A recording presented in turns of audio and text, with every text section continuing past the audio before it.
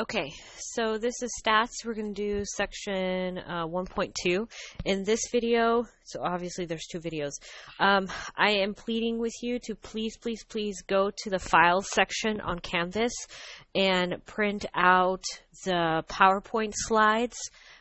Because so far I have a total of 21 slides. So if you select the function to print out 3 on one page, that should give you about 7 pages worth of notes that you don't have to take freehand. You have those all ready to go.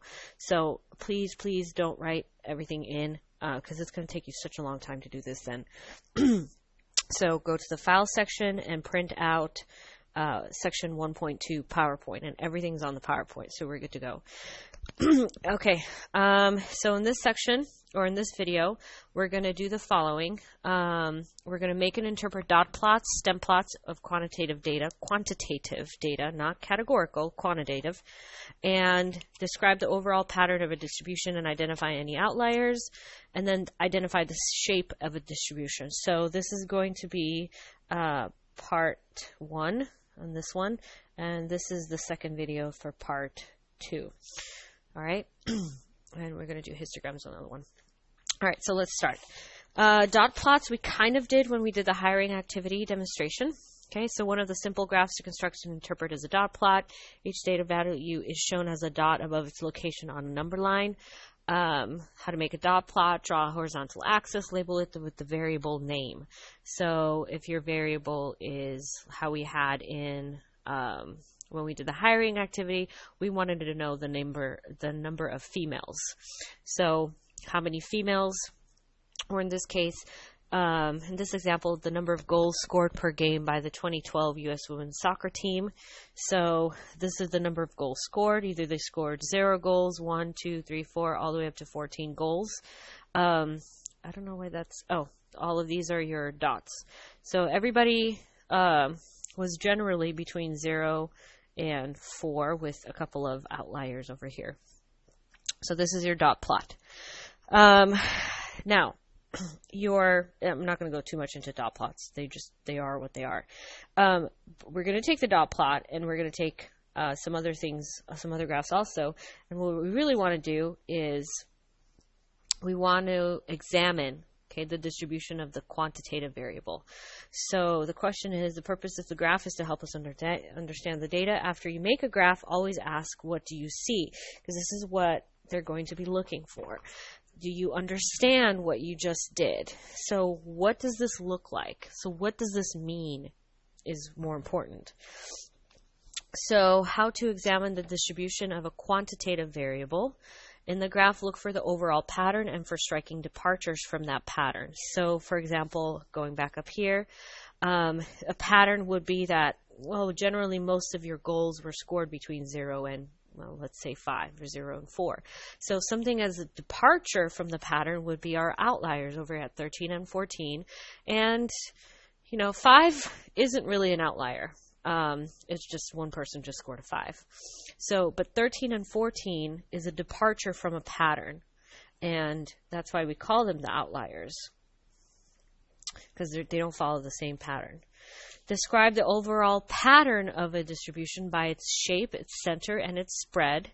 And then obviously the outliers.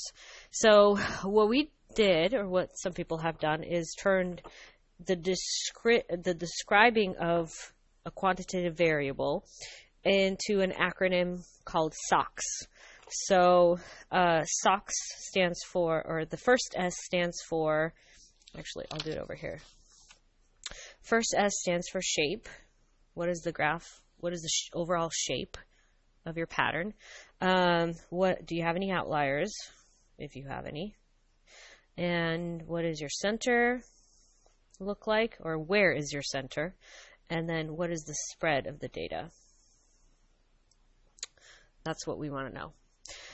Okay, so we're going to use this in the next one. Okay, describing shape is what we're going to talk about first. Outliers, you kind of have an idea about. Center, we'll talk about a little bit, and then spread, we'll definitely talk about that one. Okay, so first is describing shape. So when you describe a distribution shape, concentrate on the main features. You're looking for symmetry or skewedness. So it's usually one or the two. It's either going to be pretty symmetric, and I say pretty symmetric. Data in real life is never nice and pretty, but symmetric, as best as you, roughly symmetric is good enough. Okay, or it's skewed. Now there's different types of skewness, and this is the part that always confuses me the most. So if it's symmetric, it's going to have a general overall shape, like some of your data is on the left, some of your data is on the right, and then you have a general, some sort of a peak thing going on here. This is pretty symmetric because data in real life is never pretty. So as symmetric as you could possibly get it, we're good to go. So this would qualify as symmetric. Now, skewed left or skewed right, this is the one that's confusing people.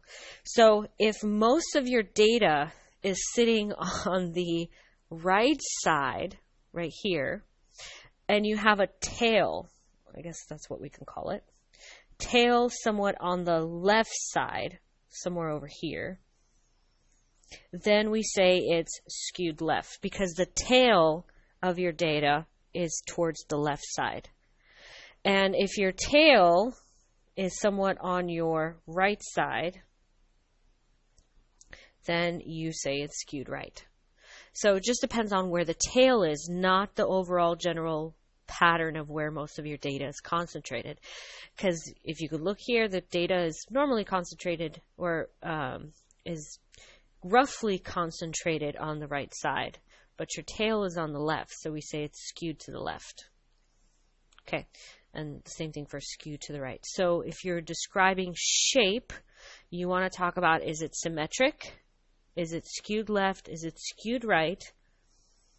Okay, and then the other way to talk about shape also is if it's unimodal, if it's unimodal, bimodal, and I guess the best way to say it is if all the data is in one kind of area, even if it's skewed left or skewed right, you say it's unimodal. Okay? But if it's not, and it looks like the next slide right over here, then you would say it's bimodal. Now, if you just had, let's say you just had this data right here, okay, well then you could say, okay, it's pretty symmetric, right? And it's unimodal. Everything is kind of just in one area. But if it looks like two peaks, you say it's bimodal. If you have more than two peaks, then you just call it multimodal. And in real life, this is going to happen probably more often, and multimodal happens more often too. It's very rare that you get a perfect bimodal graph every single time that you try real rough data. But it does happen, so, just be aware. So the shape would be either symmetric, skewed left, or skewed right. And is it bimodal, unimodal, or is it multimodal?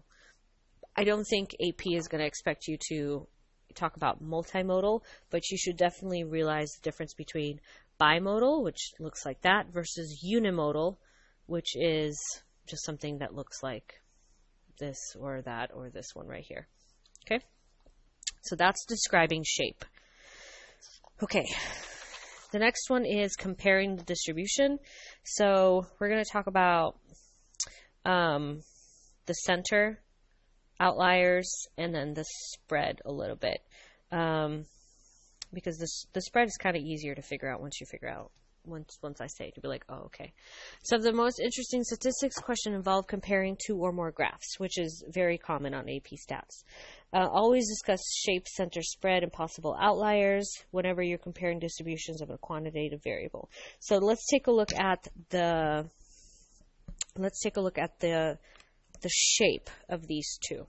So the first one, you have information about South Africa and household size.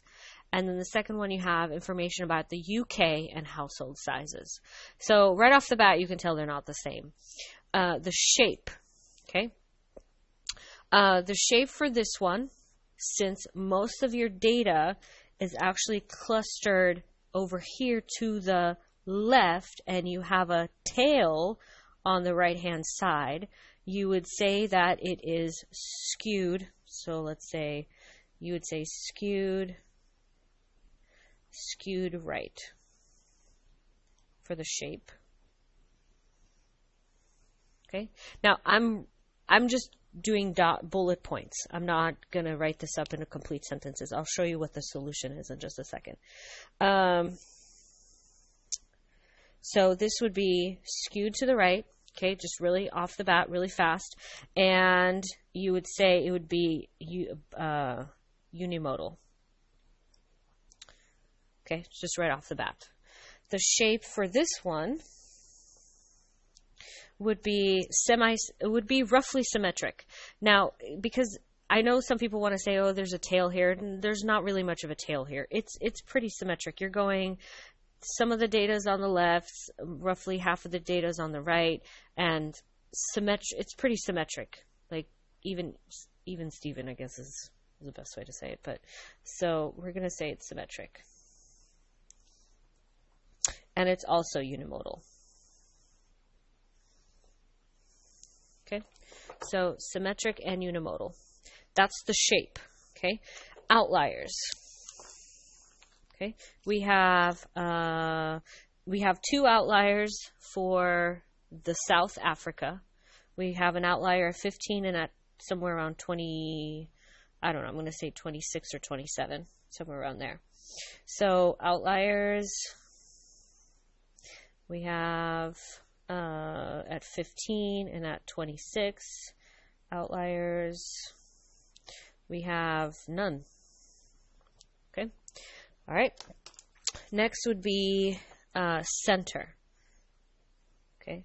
And this is use your inner judgment. The center of most of your data for South Africa. I'm going to zoom in a little bit more. The center for most of your data in South Africa is kind of located somewhere around in the middle, somewhere around here. Okay, that would be around the center. So we're going to say the center is around 6. So if we say 6, that means a good number, the same, I'm going to say this, relatively the same amount of numbers are going to be to the left of 6, and relatively the same amount of dots are going to be to the right of 6. And if you actually count them out, how many dots are here and how many dots are here, they should be relatively the same, with 6 or the number 6 kind of being in the middle. So the center would be 6. So the household size for South Africa would be roughly around 6 people.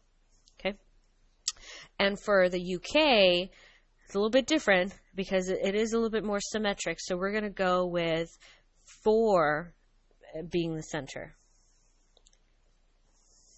Okay, so in the UK, 4 is roughly about the center. So the household size of 4 is roughly about the center of our data. Okay, and then the last bit would be, what are we doing? Shape, outlier, center, spread. Okay, I'm running out of space. Okay, now the spread for this one, and we want to talk about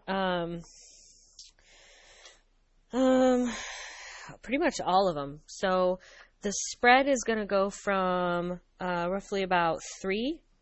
So from 3 to all the way to 26. Okay, so household size of 3 all the way to 26, which sounds really weird to have a household size of 26, but I'm assuming it's just more than one family living in one house. I'm going to assume. Okay. And then in the UK, your spread is going to go from, let's say 2, I think, 4, 3, 2, 2 to, what is this? 2 to 6. All right. Now, I just kind of bullet pointed those. What really needs to happen is a complete description using as many sentences and many words as possible.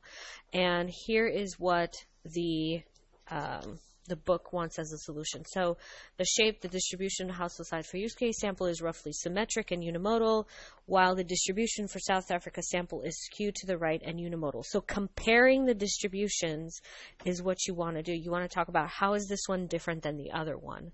That's what you do to compare, not just listing them out like I did. I'm only doing that really fast so you can actually understand where I got the numbers from. And then the center, the household size for South Africa tends to be larger than UK. Midpoints, the household size for the two groups are roughly 6 and 4 respectively. So your center for the UK was around 6, and your center for South Africa was around 6, and your center for UK was around 4 people. The spread was from 3 to 26 for Africa, and UK was from 2 to 6, just like we said. So full sentences. Okay, this is what they're going to be looking for. The outliers, they don't appear any UK outliers in the UK, which is what we noticed, but the African distribution seems to have 2 outliers in the right tail of the distribution. Students who reported living in 2 households with 15 and 26 people. Okay, so full sentences, full descriptions.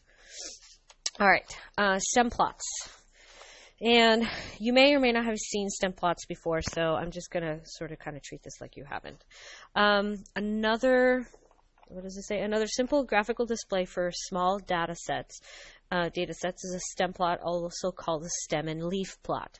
So how to make separate each observation to a stem, followed by a leaf. Write all the possible stems from smallest to largest in a vertical column, and draw a vertical line to the right of the column. You can see that in the next slide.